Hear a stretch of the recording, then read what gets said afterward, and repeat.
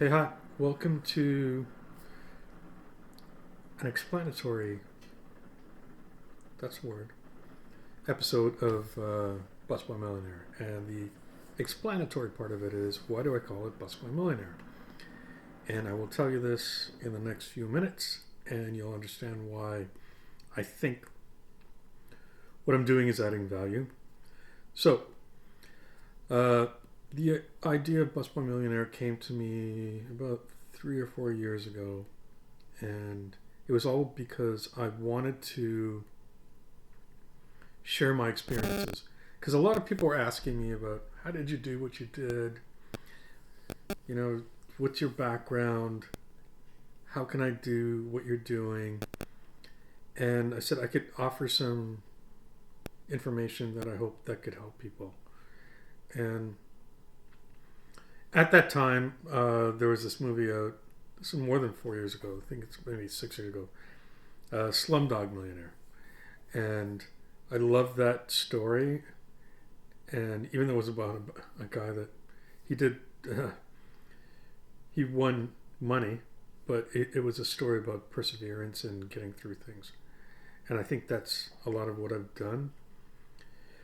And the busboy part of it was,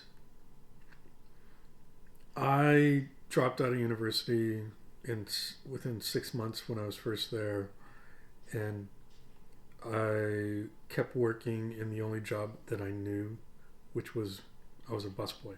I was a busboy from the time I was maybe 13, 14, up until I was about 19, 20, 19 or 20. So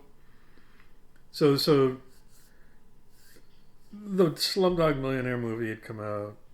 This was after I'd gotten into advertising. But that movie, the Slumdog Millionaire movie, came out around that time. But my experience was very much the same, of just working hard in an industry that was pretty shitty. And I had been working as a busboy for a long time. And one of the places that I had a really terrible experience is a place in Yorkville in Toronto. And Yorkville is near Yonge and Bloor. It's the kind of epicenter of wealth in Toronto, and very hoity-toity part of town.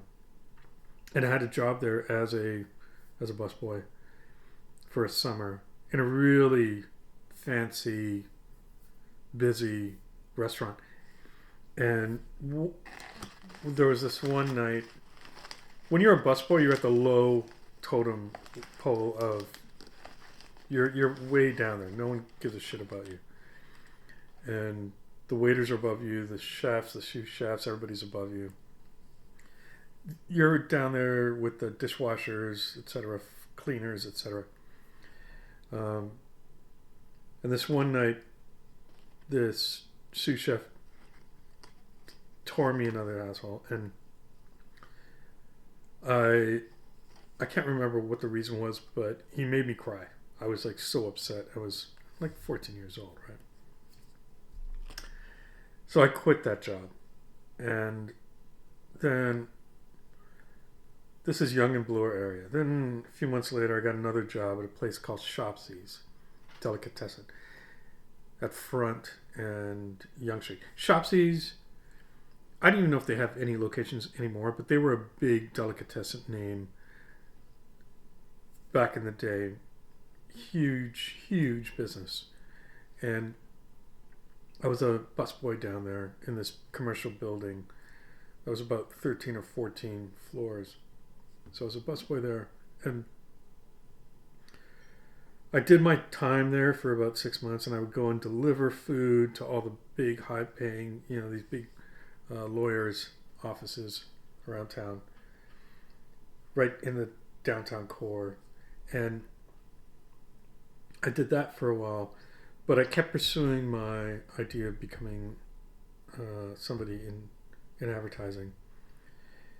I finally got a job at a place called Ogilvy and Bather. Ogilvy and Bather at that time was one of the top 10 advertising agencies around the world. huge network, but I didn't get a job as a copywriter at that point. I got a job in their accounting department. But their office was in the same building as the Shopsies building.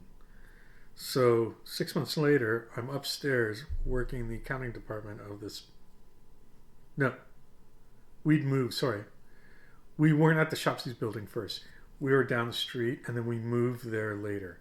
So, but I got the first job at the place at Ogilvy and Mather, and then we moved over to the Shopsies building a few years later.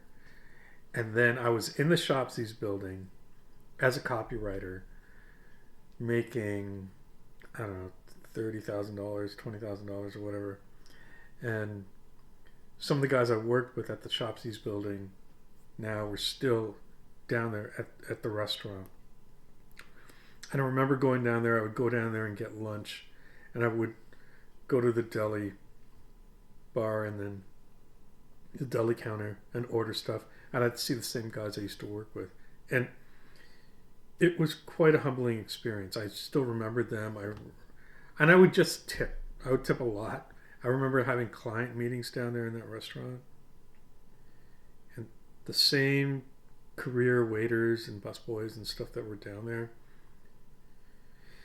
they'd recognize me and say, "Hey, hi, how you doing?" And I remember just tipping the hell out of shit. It's like, I remember how important it was to treat people with respect, and it doesn't matter what they're doing. You just got to be fair and treat everybody well. And I'm glad I went through that. And that same neighborhood was near the place that guy yelled at me. And later on, when I worked at a different place that was closer to that Yorkville area, I would walk through that Yorkville area and go and sit down and have client lunches and dinners and stuff. I literally went into that same restaurant. They had called it a different thing. It was the same building. And I remember sitting down there and taking signing a bill for about $500-600 for a client bill, and thinking 2 stories below was the place that this guy reamed me out, and I was crying. And it just reminds me that anybody can do what I did. Doesn't matter where you came from. Doesn't matter how hard it was and how you think that it's not going to get better. It will get better. And it got better for me without a whole lot of help. And this is why I'm doing what I'm doing. And thank you for your support. I hope this helps. If you want any more information, please subscribe and please reach out. Thanks for your time.